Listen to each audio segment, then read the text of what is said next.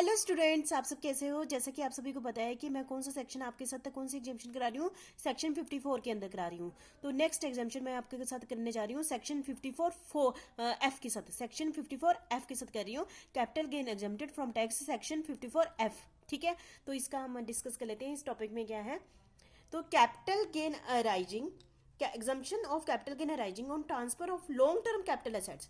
यहाँ पर भी जैसे पिछले टॉपिक में हमें कौन सी कैपिटल गेन आई थी, लॉन्ग टर्म कैपिटल एसेट्स में। इसमें भी हमें पैसा कहाँ से आया है, long term capital assets.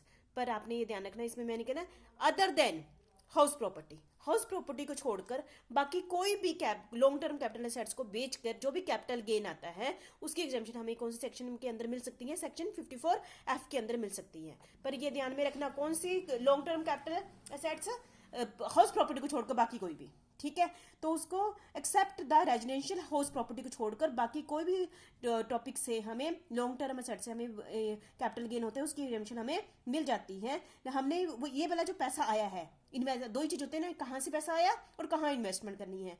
Long term capital asset से पैसा आया और हमने परचेज क्या करना है, न्यू किस में लगाना है, रेजिडेंशियल हाउस प्रॉपर्टी में। पहले वाला टॉपिक उसमें था ना, रेजिडेंशियल हाउस प्रॉपर्टी बेचो तो रेजिडेंशियल हाउस प्रॉपर्टी लो। इसमें है कि कोई भी प्रॉपर्टी बेचो लॉन्ग टर्म, और क्या लेना क्या है, रेजिडेंशियल हाउस प्रॉपर्टी लेनी है। ठीक है, लेनी क्या है, हाउस प्रॉपर्टी, लेकिन कंडीशन क्या है।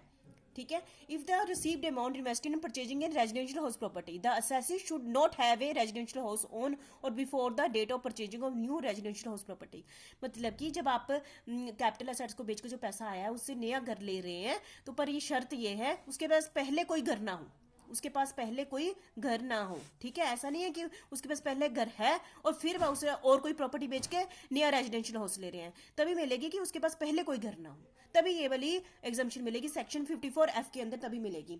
ठीक है, the exemption is able on transfer of any long term capital assets. कौन सी रेजिडेंशियल हाउस प्रॉपर्टी तो उसके पास है ही नहीं है। ठीक है, तो कोई भी कैपिटल एसेट्स लॉन्ग टर्म बेच के उसको जो भी अमाउंट आता है वो उससे क्या परचेज करेगा, रेजिडेंशियल हाउस प्रॉपर्टी खरीदेगा। ठीक है, तो समझ गए आप क्या, और एग्जाम्पशन इज एबल, समझ गए आप, इतना समझ गए। ठीक है,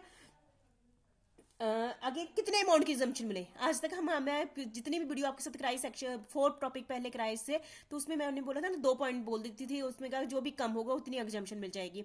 लेकिन इस केस में आपको एग्जाम्पशन कितनी मिलेगी, प्रोपोर्शनेट बेस पर मिलेगी। इस फार्मूले के अकॉर्डिंग जो भी अमाउंट आएगा इतनी एग्जाम्पशन आपको कैपिटल गेन की क्या मिल जाएगी, एग्जाम्पशन मिल जाएगी। कितनी, कॉस्ट ऑफ द न्यू मतलब कॉस्ट ऑफ न्यू मतलब कि जो आपने नया घर खरीदा है, मल्टीप्लाई बाय कैपिटल गेन, जो आपकी कैपिटल गेन हुआ है ना, या फिर नेट सेल हुई है, divided by house property, divided by house property. इस फार्मूले को आप अप्लाई करोगे तो इससे जो भी एग्जाम्पशन आती है उतनी आपको क्या मिल जाएगी, रिबेट मिल जाएगी। ठीक है, timing for purchase of new residential house property, जो भी आपने लॉन्ग टर्म कैपिटल एसेट्स बेच के जो आपको कैपिटल गेन हुआ है उसकी एग्जाम्पशन सेक्शन 54 एफ में तभी मिलेगी। ठीक है, इसमें अंदर 2 चीजें हैं जो अपने, क्योंकि इस पैसों से आपने क्या लेना है, घर खरीदना है। यदि आप घर खरीद रहे हो, in the case of purchase of new residential house, यदि आप घर खरीद रहे हो तो आप इस लॉन्ग टर्म कैपिटल एसेट्स से बेचने का जो कैपिटल गेन हुआ है उस अमाउंट के पहले, उससे ट्रांसफर के 1 साल पहले के बीच में भी आपने ये घर खरीद सकते हैं, या उसको ट्रांसफर करने के अगले 2 साल के बीच में भी ये घर आप खरीद सकते हैं। 2 year after the date of transfer of the original house property. ठीक है, ओरिजिनल नहीं आएगा, मैं आपको यहाँ पर गलत लिख दिया मैंने, यहाँ पर लिखना है 2 year after the date of transfer of long term capital assets. Long term capital assets आएगा इस पॉइंट के ऊपर। ठीक है, ये आपने ध्यान रखना, लॉन्ग टर्म एसेट्स को ट्रांसफर करने के 2 साल के अंदर अंदर आप नया घर खरीद लेते हैं, तब आपको ये वाली रिबेट मिलेगी। यदि वो कंस्ट्रक्ट करता है, यदि आप क्या करते हैं, कंस्ट्रक्शन करने के, in the case of construction आप 3 साल, जब आपने long term capital assets other than residential property के जो अभी आपको अमाउंट मिला है, और यदि आप नया घर बना रहे हो तो 3 साल के अंदर अंदर बना सकते हैं। आप कितने टाइम पीरियड के लिए बना सकते हो, आप 3 साल के लिए बना सकते हैं। ठीक है, एग्जाम्पशन इज अवेलेबल है। ये वाली एग्जाम्पशन किसको मिली है, इंडिविजुअल को मिलेगी, हिंदू इन्वेंडेड फैमिली को मिलेगी, और किसी को नहीं मिलेगी। देखना आप, यदि आप इस वीडियो को देख रहे हैं तो आपने पहली वाली सेक्शन 54 वाली भी देख लेना, तो 99% सेम हुए। 99% सेम टू सेम ही है। रेजिडेंशियल हाउस के बदले वहां पर रेजिडेंशियल हाउस मिलता था, यहाँ पर क्या है, लॉन्ग टर्म कैपिटल एसेट्स को बेचने पर नया घर खरीदना है, बस यही है उसमें फर्क, बाकी सेम टू सेम ही है। और ये किसको मिलेगी, इंडिविजुअल हिंदू फैमिली को मिलेगी, बाकी सभी को ये वाली एग्जाम्पशन नहीं मिलेगी। Exemption eligible in case of transfer of long term capital assets only. ये बार बार मैं आपको बोल रही हूँ, ये वाला अमाउंट कहाँ से आना चाहिए, लॉन्ग टर्म कैपिटल एसेट्स, लेकिन इसमें house property, residential house property नहीं आएगी, क्योंकि उसके पास पहले घर नहीं होना चाहिए, होगा तब ये वाले, फिर तो थोड़ी खरीदेगा वो घर, है ना। और provision regarding capital gain deposit scheme, ये आपका सेम टू सेम वैसा ही है, जैसे कि आप सभी को पता है कि आपने लॉन्ग टर्म कैपिटल एसेट्स क्या कर दी है, बेच दी है, आपके पास पैसा आ गया, अभी आपको कोई भी दिखाई नहीं दे रहा है कि आप कौन सा घर खरीदें। यदि आपने घर खरीदना है तो 2 साल, यदि आपने घर परचेज कंस्ट्रक्शन करनी है तो 3 साल, ये आपको पता ही है, वही सेम कंडीशन है।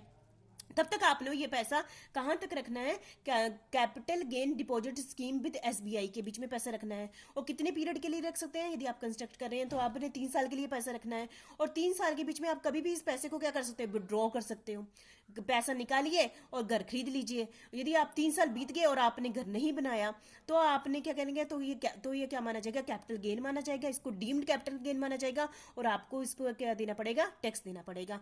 ये सारे पॉइंट्स आपके सेम टू सेम ही है जो पहली वीडियो के थे, जब आप रेजिडेंशियल हाउस के बदले रेजिडेंशियल हाउस लेते हैं, पर अभी यहाँ पर क्या ले रहे हैं, लॉन्ग टर्म कैपिटल गेन के बदले ले रहे हैं, जिसमें रेजिडेंशियल हाउस नहीं था, बस ये सेक्शन तभी अलग हो गया, सेक्शन वहां पर 54 था, यहाँ पर सेक्शन 54F है, लेकिन सोर्स मतलब अलग हो गया, ठीक है।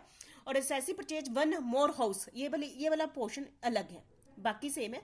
SSC purchase one more house, more residential house within 2 year or transfer the original long term capital or construct another residential house within 3 year from the date of transfer of original long term। ये आपको बता दिया, या तो ऐसे 2 साल के अंदर अंदर परचेज करेगा या फिर 3 साल के अंदर अंदर कंस्ट्रक्ट करेगा, ठीक है, ये आपको पता ही है,